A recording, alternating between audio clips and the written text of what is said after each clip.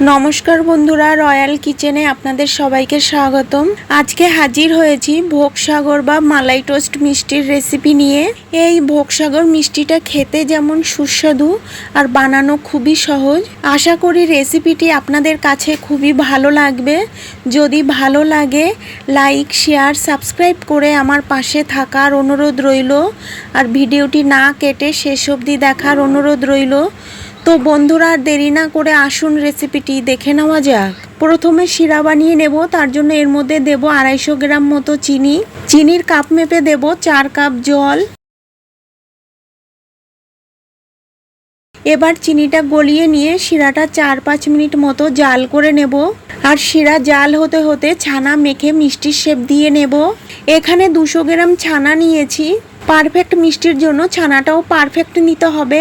এবার এই ছানার মধ্যে দেব 1/2 চামচ সুজি, দেব 1/2 চামচ ময়দা, দেব 1/2 চামচ কর্নফ্লাওয়ার।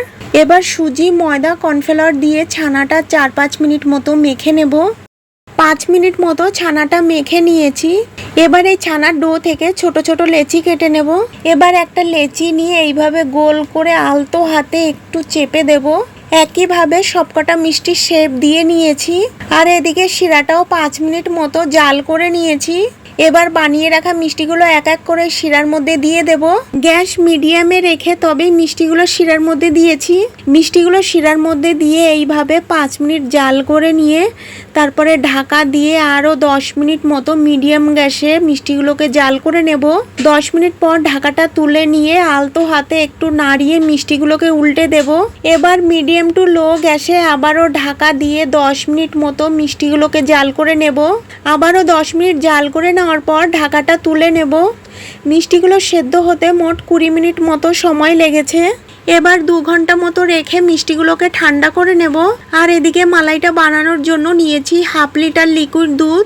দুধটা অনবরত নেড়ে জাল করে ফুটিয়ে নেব।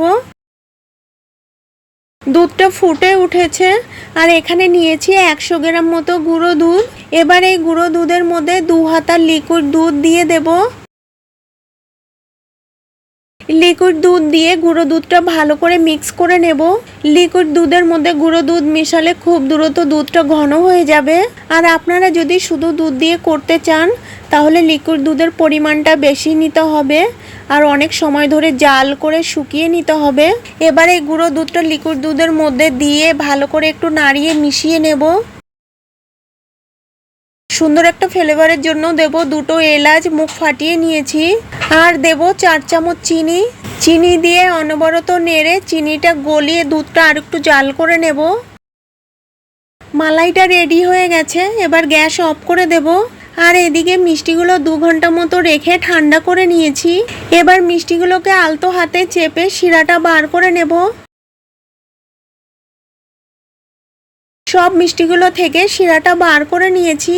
এবার এই গরম মালাইয়ের মধ্যে মিষ্টিগুলোকে এক এক করে দিয়ে দেব। মিষ্টিগুলো মালাইয়ের মধ্যে দিয়ে আলতো হাতে একটু নাড়িয়ে নিয়ে 4-5 ঘন্টা মতো এইভাবে মালাইয়ের মধ্যে মিষ্টিগুলোকে রেখে দেব।